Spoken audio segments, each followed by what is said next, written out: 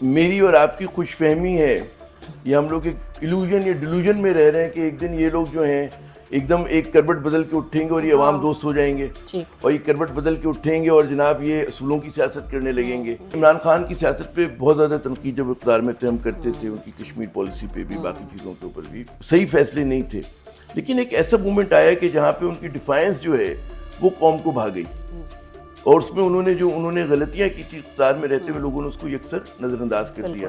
چاہے صدر ہو یا کسی اور عہدے پر بیٹھی ہوئی شخصیت ہو، آپ کیا سمجھتے ہیں جمہوری معاشروں میں اس طرح سے استثناء ملنا چاہیے، ہونا چاہیے؟ مجھے نہیں سمجھ میں آ رہا ہے کہ کس چیز کا خوف ہے۔ اگر آپ کا دامن صاف ہے، آپ کے ہاتھ پیر صاف ہیں، آپ نے نیک نیتی سے کام کیا ہے، تو آپ کو اس طرح کی استثناء کی اور قانون کی ضرورت نہیں ہے، متنازع قانون ہے یہ۔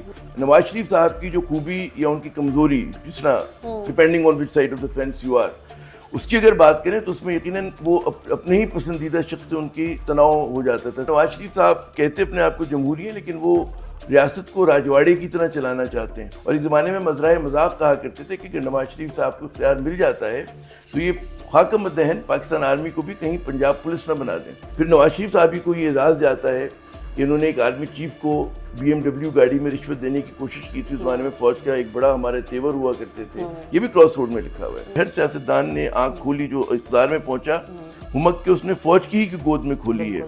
اس میں ذوالفقار علی بھٹو کا نام لے لیں آپ، نواز شریف صاحب کا نام لے لیں، شہباز شریف صاحب کا لے لیں، عمران خان صاحب کا لے لیں، کہ کہیں نہ کہیں انہوں نے سپورٹ حاصل کی ہے۔ تو ہم جیسے لوگ خواہش کرتے ہیں کہ اگر فوج کسی کو سپورٹ کرے، اور وہ بے شک کرے، تو وہ کم از کم یہ دیکھ لے کہ عوام دوست ہے اور ایماندار ہے۔ What about Ibrahim accord? کیا پاکستان کو اس میں چلے جانا چاہیے؟ اور آپ مستقبل میں دیکھ رہے ہیں کہ پاکستان کی افواج جو ہیں وہ فضا میں اتر سکتی ہیں؟ قیام امن کے لیے جو افواج جا رہی ہیں انٹرنیشنل؟